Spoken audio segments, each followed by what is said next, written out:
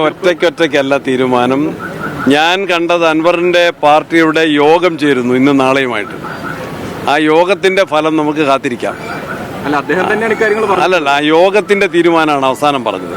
President, അതിൽ P V Anwar ഇന്ന് ഉന്നയിച്ച പ്രധാനപ്പെട്ട ഒരാളാണ്. ഇന്നലെ കെ സി വേണുഗോപാലുമായി ചർച്ചയ്ക്ക് ആദ്യഘട്ടത്തിൽ എല്ലാ വഴിയും ഒരുങ്ങിയതാണ്. അവസാന നിമിഷം വി ഡി സതീശൻ UDF ചെയർമാൻ അത് ശരിയല്ല.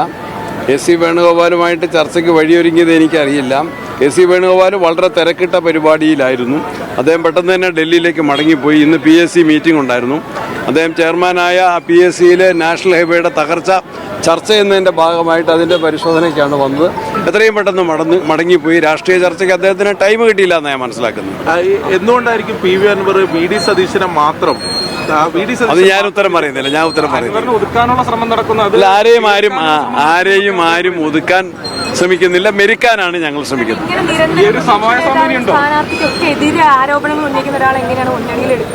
ഞങ്ങൾ പരിശോധിക്കുക, ആ കാര്യം ഞങ്ങൾ പരിശോധിക്കും. ഇനിയും സമയമുണ്ട്. അവരുടെ യോഗത്തിന്റെ റിസൾട്ടാണ് നമ്മൾ കാത്തിരിക്കേണ്ടത്. ആ യോഗത്തിന്റെ റിസൾട്ട് വരട്ടെ.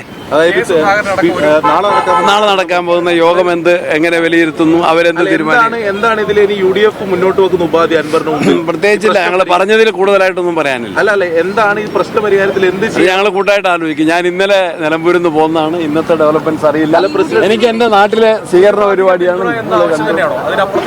ഞങ്ങൾ പറഞ്ഞു കഴിഞ്ഞു. ആ കാര്യം ആവർത്തിച്ചോ പുതുക്കിയോ പറയുന്നില്ല. ഇല്ലില്ല.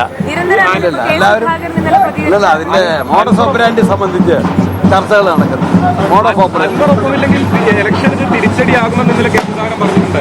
എല്ലാവരും കൂടിയുള്ളതല്ലേ കൂടുതൽ ശക്തമാകും.